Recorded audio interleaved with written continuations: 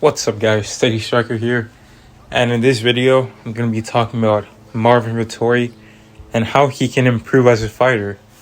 Yes, he got beat up in his last fight by Jared Cannonier. He had a good first round, but after that, the fight could have been stopped at any point during that fight. It was pretty bad, not too competitive. Cannonier landing bombs, but Marvin Vettori, this isn't the first time that we've heard the commentators be like, "Oh my word, this guy can take a shot. Like, what is he made of?" And all these types of things. And in my opinion, I think fighters, that should be the last thing that they want to hear, is how tough they are, because there's this old saying that like your first line of defense is your feet, then it's your eyes, and then your hands, and then I think it's your chin, basically your durability. And Marvin Vettori, he's the type of guy that showed that he has a good chin and he'd never want to do that. So I would say the first thing that he would need to work on is his defense, because in the Paulo Costa fight, we found out that, okay, this guy is really durable, but that's not good. That's not what you want to see. So in the Costa fight, that was the first time we heard about that. And then another time we heard about that was in the Robert Whittaker fight.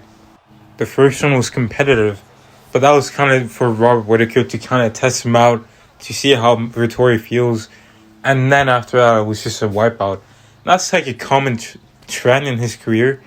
Like if you look at the Adesanya fight, in the first round of the fight, that was competitive, and then all the other rounds weren't. The Robert Whittaker fight, the first one was competitive, and the other ones were. And same thing with the Jared Cannonier fight. So fix your defense, first of all. Second of all, mix up your targets. Don't just go for the head.